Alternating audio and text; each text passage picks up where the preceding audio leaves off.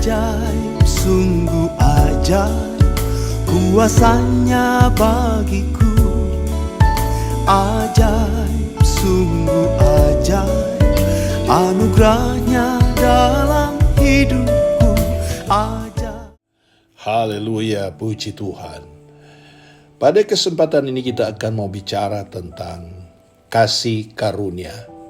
Ya, tema kita adalah kasih karunia. Nah, saudara-saudara, semenjak kejatuhan manusia ke dalam dosa, manusia telah kehilangan kemuliaan Allah. Saudara bayangkan di hadapan manusia, Allah itu kehilangan kemuliaan, tidak berarti. Manusia menjadi musuh Allah karena ketidaktaatan. Ya, akibat ketidaktaatan maka manusia kehilangan kemuliaan Allah. Ya, apa yang dibanggakan, saudara? Musuh Allah karena ketidaktaatan dan pemberontakannya terhadap Allah. Mungkin saudara berkata, saya tidak berontak kepada Allah, tapi saudara berontak. Ya, namanya pemberontak itu di mata Tuhan itu adalah sebuah kejahatan. Engkau merontak terhadap orang tua, engkau merontak di dalam pelayanan, merasa diri hebat, diarahkan tidak mau karena merasa diri, mungkin karena status kita, ya, memberontak. Mungkin kita tidak akan demo seperti yang kita lihat sekarang ini di jalanan, tapi hati kita, ya, di hati kita, sehingga membuat keputusan-keputusan yang tidak elok di hadapan Allah. Hubungan manusia dengan Allah yang baik menjadi rusak. Ya, mau bilang apa kalau mungkin kita rajin melayani, tapi kalau dalam hati kita ada roh pemberontakan, maka hubungan kita dengan Tuhan rusak. Hubungan kita. Ya, kita boleh saja, saudara-saudara, berargumen, tapi Tuhan itu Maha Tahu. Tuhan itu Maha Tahu. Ya. Nah, ya, jadi hubungan manusia dengan Allah itu yang baik menjadi rusak, sehingga ada jurang pemisah antara Allah dan manusia. Oleh karena itu, manusia harus dihukum mati, karena upah dosa ialah maut. Roma pasal 6 ayat 23. Sedangkan manusia tidak memiliki kuasa untuk memperdamaikan dirinya dengan Allah. Saudara-saudara dalam kasih Tuhan, ketika Allah datang menyelamatkan kita, satu anugerah yang besar. Tetapi Tuhan kasih kita kesempatan. Untuk apa? Untuk menghargai kasih karunia Allah, kebaikan Allah, keselamatan. Kita coba main-main. Ya. Kita coba main-main. Saudara-saudara, saya kenal dengan ada satu anak Tuhan yang tadinya begitu setia, ya, keluarganya, masih anak kecil, begitu senang sekali didik keluarganya. Tapi berjalannya waktu, saudara-saudara, dia lalai dengan Tuhan. Ya, Bapak Gembalanya bilang, nanti malam ada latihan, ya.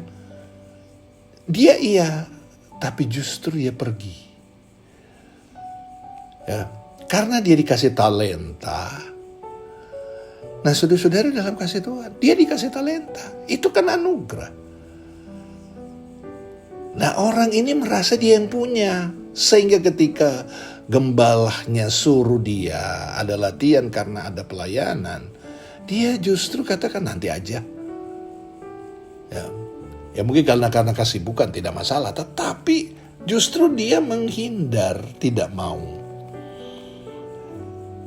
Nah, ini saudara-saudara, orang seperti ini merasa dia punya talenta, itu dia punya, padahal itu dipinjam, dikasih kepada dia untuk memuliakan. Nah, saudara-saudara dalam kasih Tuhan, dia karena pekerjaannya di ekspedisi, saudara-saudara, tapi kan kalau di ekspedisi masih ada waktu dia untuk apa yang diperintahkan oleh gembala. Tapi justru dia, saudara-saudara, menghindar ya semaunya. Jadi berjalan sesuai dengan kehendak, tidak mau diarahkan. Namun Allah mempunyai inisiatif, saudara. Jadi kita sudah punya apa ya? Sudah merasakan kasih karunia Allah, keselamatan yang Tuhan beri. Mari kita hargai kasih karunia itu. Ya.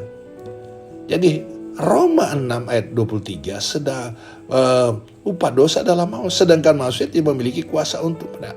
Namun Allah mempunyai inisiatif untuk mendamaikan manusia kembali dengan dirinya, yaitu Allah mengutus anaknya Yesus Kristus di dalam dunia ini dan melalui kematiannya di kayu salib dan menebus manusia dari dosa, sehingga manusia seharusnya dihukum mati dapat dibebaskan oleh Allah. Ini adalah yang dinamakan kasih karunia Allah. Yang tadinya kita sudah masuk dalam penghukuman, ya saudara-saudara, dalam kasih Tuhan, dalam penghukuman. Maka saudara-saudara dalam kasih Tuhan, karena kasih karunia Allah, kebaikan Allah, Dia selamatkan kita. Dan ini tidak main-main. Kasih karunia yang menyelamatkan berhubungan dengan beberapa hal yang perlu diterapkan dalam kehidupan kita sebagai gereja Tuhan, sebagai anak Tuhan. Berdasarkan Efesus 2 ayat 1-10. Maka beberapa hal tersebut itu adalah yang pertama, manusia diselamatkan karena iman, ayat 8. Betapapun benar kenyataan bahwa kita sampai pada percaya itu hanya karena anugerah yang mendahului atau yang menyebabkannya, berarti manusia dapat percaya kepada Yesus Kristus dan menerima keselamatan itu hanya karena anugerah dan kemurahan Allah, bukan karena usaha manusia. Kedua, keselamatan bukan hasil usaha manusia, ayat 8. Keselamatan bukan hasil usaha atau perbuatan baik manusia, bukan berdasarkan keberadaan manusia itu sendiri, melainkan hanya karena kasih karunia Allah. Dan melalui ayat 11, tindakan Roh Kudus yang membuat yang lembut. Tindakan Roh Kudus yang lembut membuat orang percaya dapat bertumbuh di dalam anugerahnya. Dan ketiga, keselamatan bukan hanya memegahkan diri. Ayat 9. Memegahkan diri karena berhala-berhala. Berarti percaya kepada berhala-berhala. Jadi kepercayaan pada diri sendiri ini, atau Paulus menganggap, tidak lebih baik daripada pemujaan berhala. Jadi kepercayaan pada diri sendiri, menurut Rasul Paulus adalah pemujaan pada diri sendiri, pemujaan berhala pada dirinya sendiri, dan lawan dari ketidakpercayaan pada diri sendiri yang menyandarkan sepenuhnya kepada Allah dan rahmat-Nya. Jadi saudara-saudara dalam kasih Tuhan, mari kita bersandar 3 hal tadi. Ya sudah, bagaimana kita menghargai kasih karunia Allah. Dan kalau kita menghargai kasih karunia Allah yang ada dalam hidup kita, selalu kita bersyukur. Dan pasti ada jalan keluar dalam setiap kehidupan kita. Jadilah anak Tuhan yang memiliki kasih karunia Allah.